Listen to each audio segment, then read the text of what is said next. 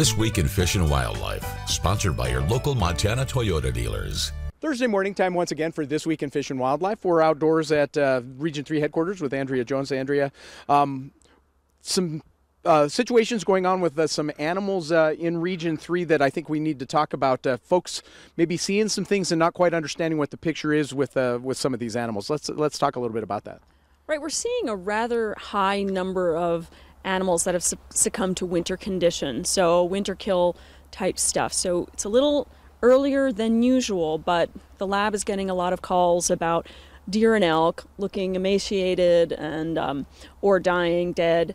And so we've definitely collected a few of those, or a bunch of those, and have performed a necropsy examination on those animals. And we're not finding CWD, we're just finding winter kill conditions or what might be rumen acidosis. And what that means is that we're having these animals that are already suffering from starvation or what have you, and then looking for food sources like grain or rich hay, and that's complicating the situation, and they're getting basically a grain overload. So what I would like the public to know is basically do not take it upon yourself to help these animals, because that will just contribute to the problem. A lot of people with good intentions will go out and they will attempt to feed these animals, and that's just going to contribute to that problem of having the wrong food in their system, that overload. Please don't put blankets on them. They are made for these elements.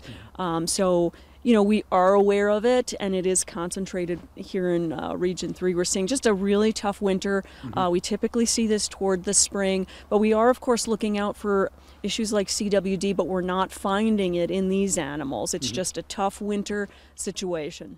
This is one of those things that's not uncommon. Like you said, it's maybe this time of year might be the uncommon part of it, but is that what's catching people off guard?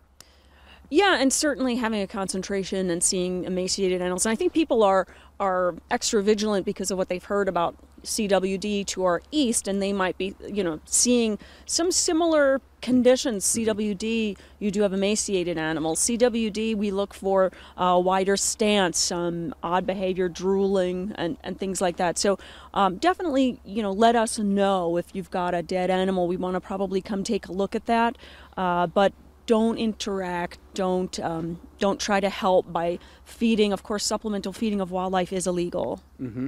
Just one other note to pass along. I know that we're in hunter safety season, and we've got a couple of those courses starting up pretty soon. Right, a couple of things. Our front office wanted to let folks know that Butte Hunter Ed course starting April 2nd, and that's online already. You have to sign up that way. But also turkey tags here in this region, they've gone from special permit to general tags. So you don't need to put in early for those. You can get those over the counter. So that's kind of new. That's new this year. Perfect. Again, Andrea Jones from the Montana Department of Fish, Wildlife, and Parks. And that's This Week in Fish and Wildlife. This Week in Fish and Wildlife was sponsored by Toyota.